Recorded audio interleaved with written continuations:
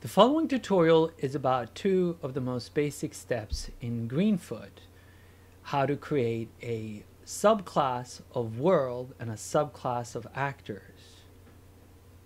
You should be somewhat familiar with classes and objects before you get started. Classes are what objects are created from. They are the abstract idea behind an object, and the objects are the real thing that you actually use and save states in, and they have properties that they all get based on what class they were instantiated from. That is the class that they were created based on. So the first thing you're going to do in Greenfoot is you're going to create a subclass of world. As you can see, it's very clear here on the right hand side. It says world classes. So what you do is you right click on it. If you're working on a Mac, this means that you can hold down the control key and press on world at the same time, and that will open the right click menu. You can also do this by clicking on with two fingers on your smart mouse or something like that. So once you've done that, you'll see that there's a menu item here called new subclass. Once you select that, it's exactly this new window pops up where you have to give your class a name. Now, a good convention is to always use an uppercase letter when you name your classes. That way, when you encounter them in the code and you see a word with a noun with an uppercase, you're going to know this is a class that I've defined. So we're going to call I'm going to call my subclass here Star Encyclopedia, and hopefully I spelled that correctly. And as you can see, I didn't use any spaces or any special characters. I only used letters. You can also use numbers. You shouldn't start the name with a number, but preferably it should all just be letters. But it really has to be alphanumeric characters. So you can actually use underscores and stuff like that, but you shouldn't. And especially, you never can use a space. So in my case, since I use this word Star Encyclopedia, I start with an uppercase S, and I also made the E in encyclopedia uppercase to make it a little bit more legible in my code. And once I've named my new class, I'm going to want to choose an image, and that's just going to be the image that is used for your world. And the world is in Greenfoot is the stage on which everything happens. So don't select an image that is going to repeat like an alligator. It's just going to repeat over and over again because it's not a very big image. So I suggest using one of these backgrounds, which are either images that tile together to form a very regular pattern. But in my case, I know that there is one down here called space one that I like, so that's the one I'm going to choose. So this is the image. It popped up here. It's hard to see right now, but you'll see it as soon as I compile my project. So once I've done that, I'm going to click OK. And as you can see, you can also import your backgrounds from files for your world. So once I've done that and I click OK, nothing has happened yet, but when I click on compile now, you're going to see that this is actually going to show here the stage. You're going to see that the background that I chose for my world is going to appear. So I click compile, and there it is. That's it. That's my space. Little tiny stars here all over the place. So anyway, so you really should have an image that is bigger, or at least exactly the same size as the size of your world. And I'm going to show you in a little bit where the size of your world, where you can change it. The next step is to create some kind of actor that can be placed on this stage. And to do that, again, you right click on actor here, just like you did for world, and you click new subclass. And you're going to do the same thing now.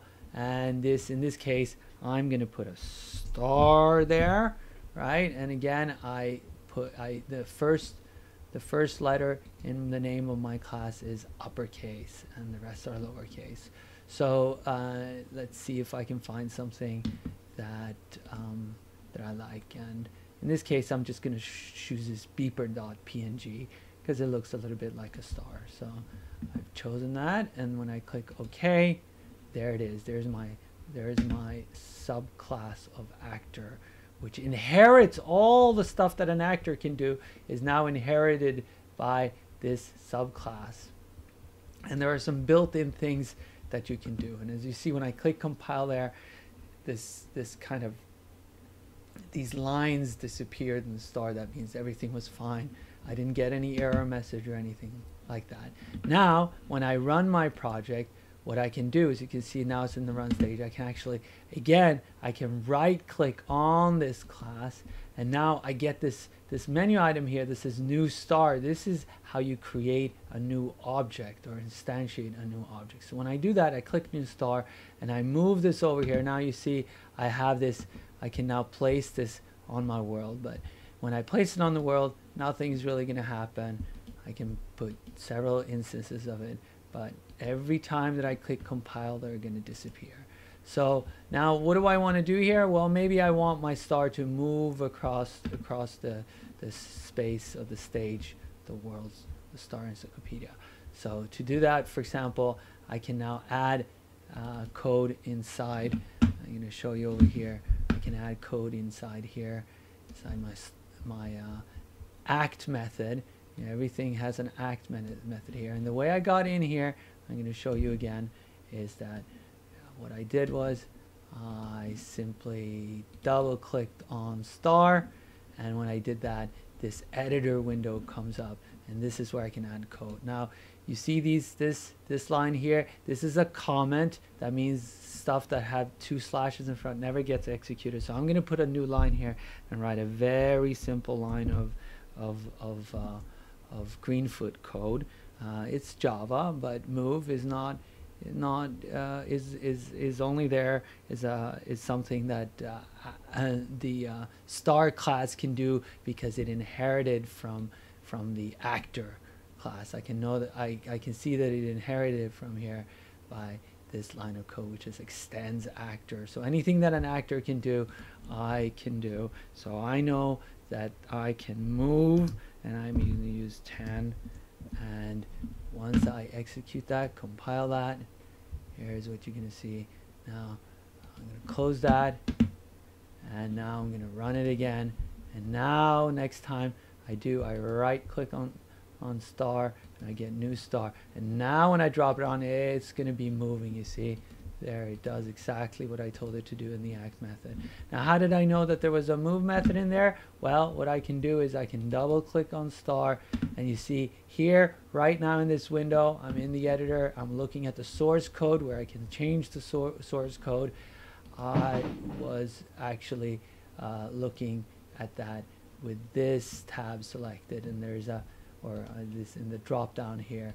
This was selected source code. I can also select documentation, and when I select that, oh, here I see, okay, class star, it inherits from star, inherits from actor, which inherits from the java.lang.object.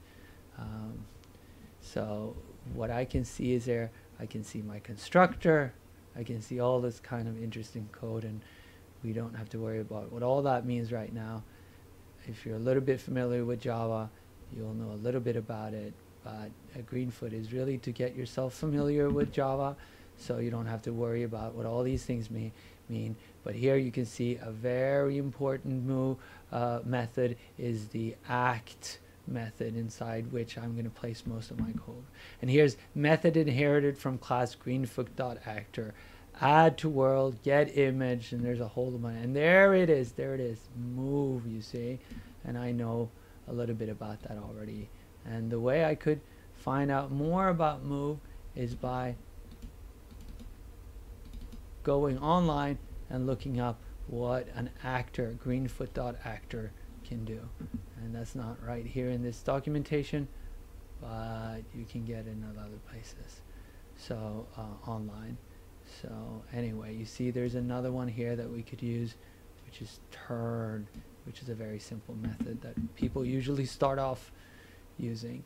So that's about it. And you know, you can right click on star, you can set an image, set another image if you want to. Once you've done that, you get this menu again. You set a new background. So for example, I could set this board if I wanted to. You see it already appears there in the background, right? So now when I run it in my stars, still do exactly the same thing. It's just another background. Those are two of the basic things that you need to know in order to get started with Greenfoot. Have fun.